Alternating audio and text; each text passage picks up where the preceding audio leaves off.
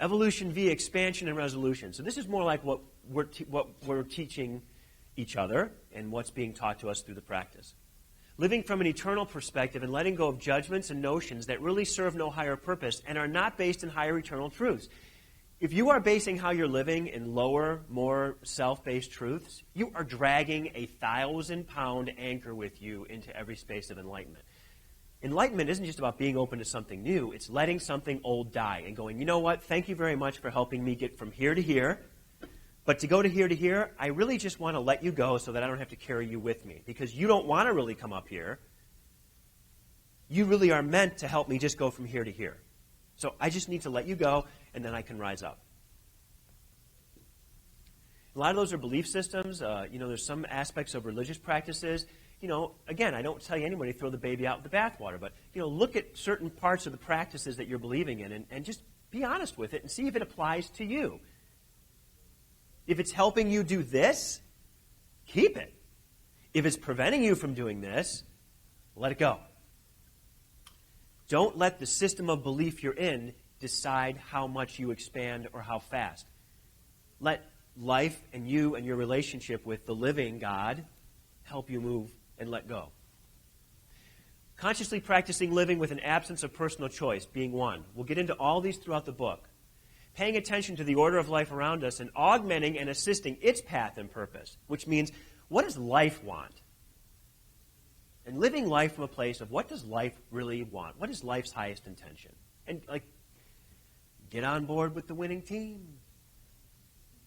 Even though that means you as a self may not win, you're winning. Doing what we know is in the highest good, or allowing ourselves to be taught and shown. Practicing being and doing it. Knowing life will not always give us what we want from a place of self in terms of instant gratification. This is a big one because you can't be addicted. Living being one with life just strips you of your addictions, because addictions are all based on your own personal wants, needs, and desires, your own personal coping mechanisms.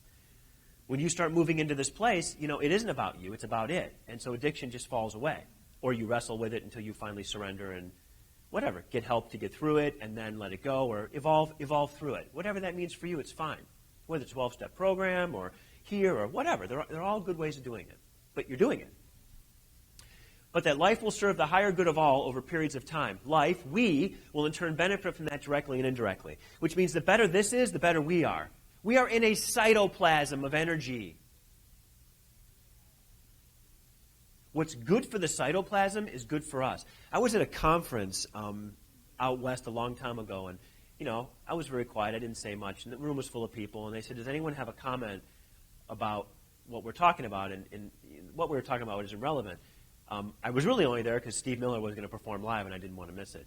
So I had kind of been seminared out for the day, and a lot of it was review for me. So I stood up and I said, you know what? I said, you know what I think you all need to hear? And they said, what? I said that we're all cells in the body of God. That we are all just these little tiny cells in this incredible being. And we need to take into account the incredible being and what's best for the incredible being and not always what's best for our own self. It was a pretty quiet room after that, and, I quietly sat down and listened to Steve Miller, and that was it. So, but, that's not unusual. Embrace constant change. If you're going to be a part of expansion resolution, if you're going to be a part of the practice, man, you better be ready to change, open to change, working on change, because change is a constant. It has been, will be, and is forever a part of every moment of your life. You are never living the exact same moment more than once in any way, shape, or form as the same person. That's just the truth. That's just physics. This isn't any, I don't know if I should believe them. This is just the truth. Your cells are changing, your energy's changing. This is just the way it goes all the time.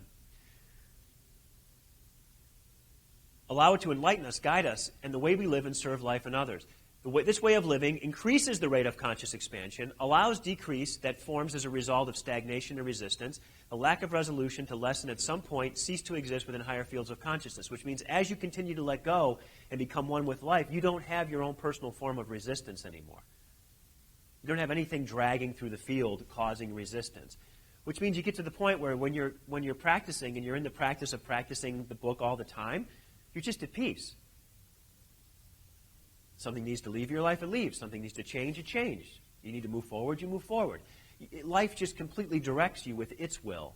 And your will gets to sit in the back seat and go, wow, this is really cool. I would have never thought about that. I would have never done it that way. I would have done it that way, and that would have been backwards. And you get to be a student, which is really cool. Change without, and at some point, no suffering.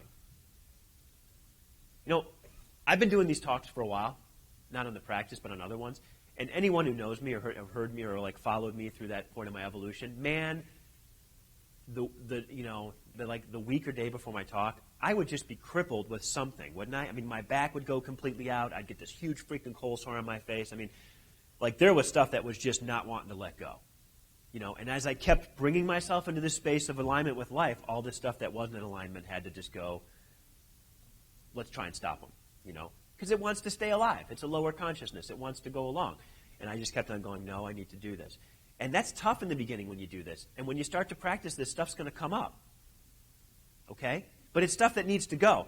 If you live your life according to that book, which is the basic fundamental principles that help align you with life, you'll never lose anything that you don't need. You'll only lose a bunch of stuff that's holding you back and needs to be shed. And sometimes when you first start to shed your skin, it gets stuck on things and you got to rub yourself against rocks, and sometimes it's not super comfortable. But I can tell you now that going into this talk, I've gone through an incredible transformation in the last few days, and all I have is a little bit of cold, and I cried in Luchitas. You know what? I'll take it.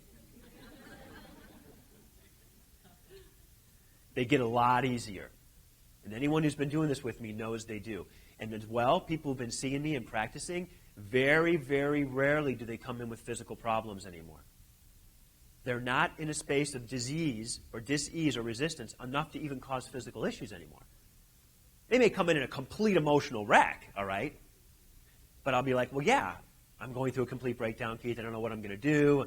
And we'll talk, and I'll say, oh, but by the way, are you having any physical problems? Physical problems? No. But well, can we get back and talk about my emotions, please? I'm trying to let go of these emotions. They forget that they've had crippling back pain or some other problem or diabetes or whatever. So the cool thing is you'll see it start to come out of your flesh and become more of an emotional pattern. And then as you let go of the emotions, it becomes just more of a mental issue. And then as you let go of thinking, it just becomes a spiritual harmonization, and you really don't go through much of anything anymore when things change. But there's a process to it. So, you know, don't be discouraged. And that's why you have the website, and that's why you have all these amazing people around you, because a lot of them have been doing it longer. So go up to somebody if you're called to them and say, you know what, I'm going through this since I've been reading the book.